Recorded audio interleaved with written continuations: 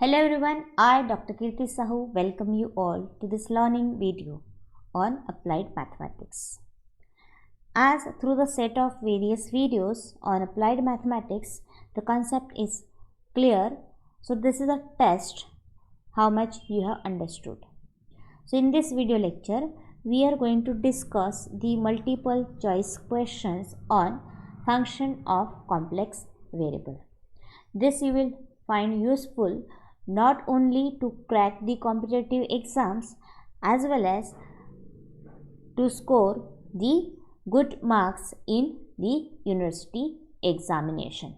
So let's start with the first question. So the Cauchy-Riemann equation for f of z equal to u plus iv is, these are the various choices given. Obviously, here u suffix x means nothing but del u by del x, derivative of u partially with respect to x, right? So as I told you, if you remember in the video on introductory video on function of complex variable, where we have discussed the Cauchy-Riemann equation, its derivations both in Cartesian and polar form. So there I have told you what we will do. The Cauchy-Riemann equation is, so here we have the real and imaginary part of f of z, right? So what are the real and imaginary part of f of z? That is u plus iv. Okay, so what we will do, we will start with the derivative of u with respect to x, okay, and then I'll relate it with the derivative of v with respect to the another variable, right, independent variable, that is y. So what is my first equation of Cauchy-Riemann is del u by del x is equal to del v by del y. Now what I'll do, the numerator means dependent variable we will retain as it is, we will just swap the independent variable and then assign the negative sign. So what I'll have del u by del y equal to del v by del x, okay, and assign minus sign. So see, out of the option given, which one satisfies this? So that is nothing but the first one, okay, that is ux is equal to vy and uy is equal to minus of vx. So that's why first is the correct option. Okay, now let's move to the next question. The polar form of Cauchy-Riemann equations are, right? So here we need a polar form of Cauchy-Riemann equation. So again we will do it in the same way on the same line, right? So what I have now, the variables are, function is f of z, okay, whose real part is u and imaginary part is v, where u and v are function of r and theta, okay, in polar form. So in this case what we will do, again we will start with derivative of u with respect to r, okay, and this is to be related with the derivative of v with respect to another variable, that is theta, and this gets multiplied with 1 by r. Okay, so we have del u by del r equal to del 1 by r del v by del theta. On the same line, in the earlier equation what we have done, we have retained the dependent variable as it is and we have swapped the independent variable, that is r and theta. Now what I'll do, here the case is different. What we will do, we'll swap the independent variable and change the sign. So what I'll have del v by del r, okay, equal to nothing but del u by del theta, and we will assign coefficient 1 by r and then minus sign, okay. So this can be written as u suffix r equal to 1 by r v theta, and this we can rearrange this as per the choices given, okay. So we can write it as u theta equal to minus r vr. So this is nothing but the first option. So again the first is the correct option. So sometimes the certain tricky questions are asked where we have to just rearrange the terms to get the correct options out of the choices given, okay. So here this form is missing, this form is not given, whereas this form is written in this way. So that's why the polar form of Cauchy-Riemann equations are this. Correct option is A. Now let's move to the next one. If z equal to 0 is a simple pole of a function f of z, then the residue at z equal to 0 is. So evaluation of residue is required. So just recall the formula. The formula is if suppose z equal to a is the pole and is a simple pole for f of z, right, then the formula is residue of f of z at z equal to a is. So it is given by limit z tends to a, z minus a into f of z. This is what we have. So identify here just a. So here the a is nothing but 0. So putting a as 0, this becomes limit z tends to 0 of z minus 0 into f of z, which is nothing but same as limit z tends to 0 of z f of z. So which is option number C, right? Whereas the other options are wrong. Let's move to the next question. The analytical part of a Laurent series is. So let's see what is the representation of this Laurent series in a various part. So we know that Laurent series is nothing but the series representation of function, right? Analytic function. So this we write as summation n equal to 0 to infinity of an z minus a raised to n and plus summation n equal to 1 to infinity of bn into z minus a raised to minus n. Okay, so this way any analytic function can be expressed in terms of Laurent series. So this part is called as analytic part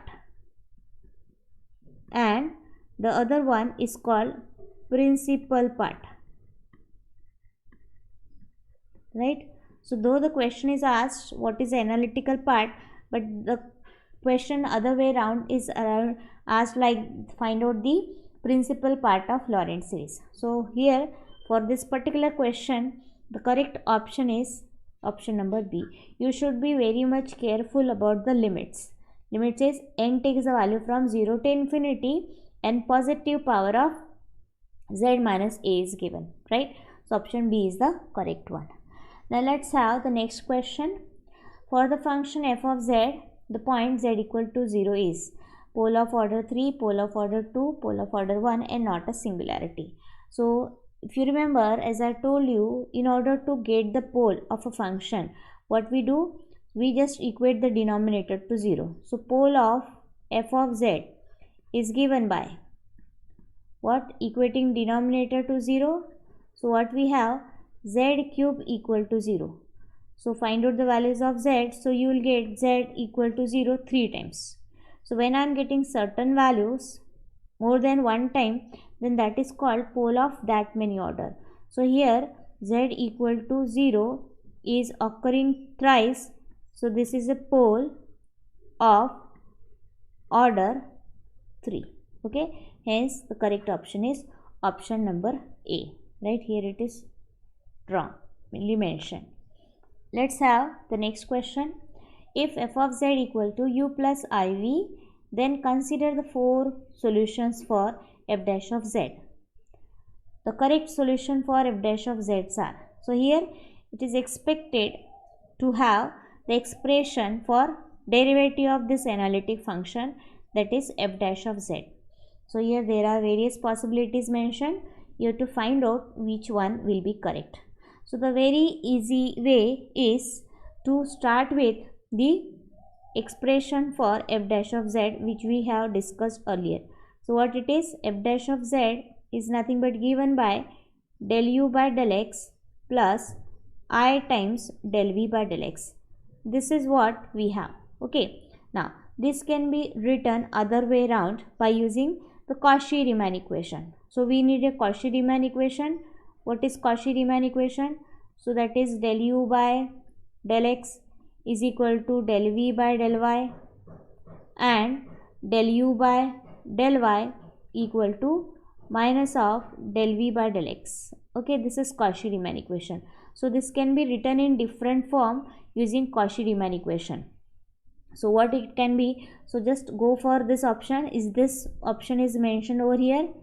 So we did not find anywhere this option, right? That is option number del u by del x plus I del v by del x, right? Nowhere we find such options.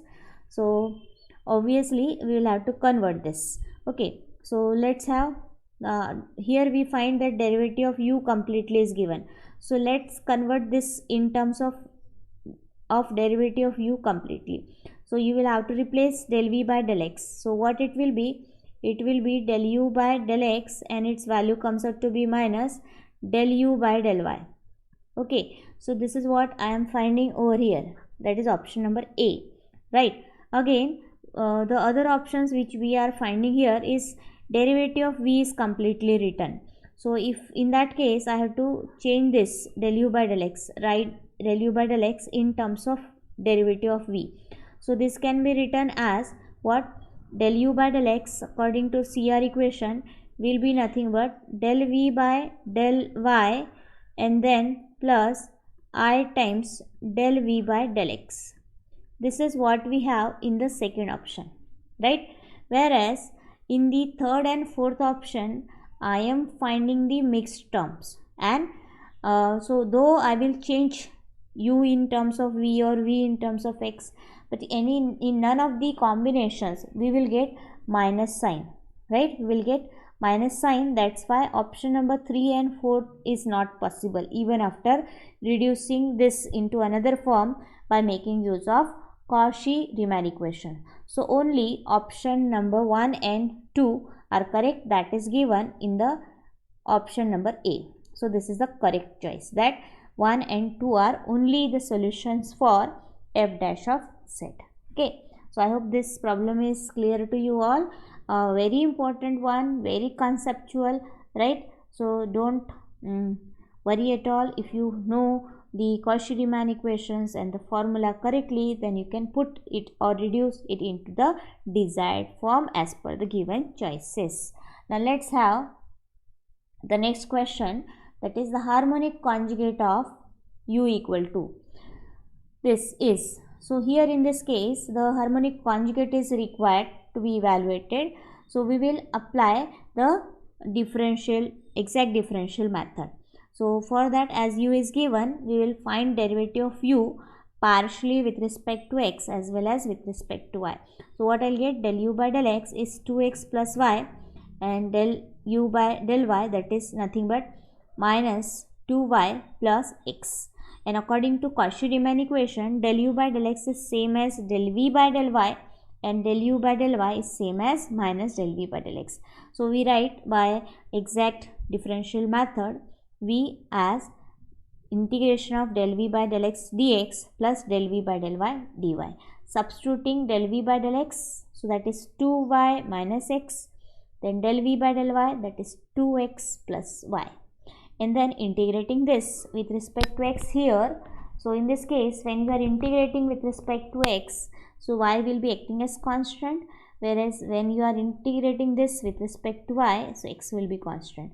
And simplifying, so you will get finally this as 2xy plus half of y square minus x square, which is nothing but the option number C. So option number C is the correct one,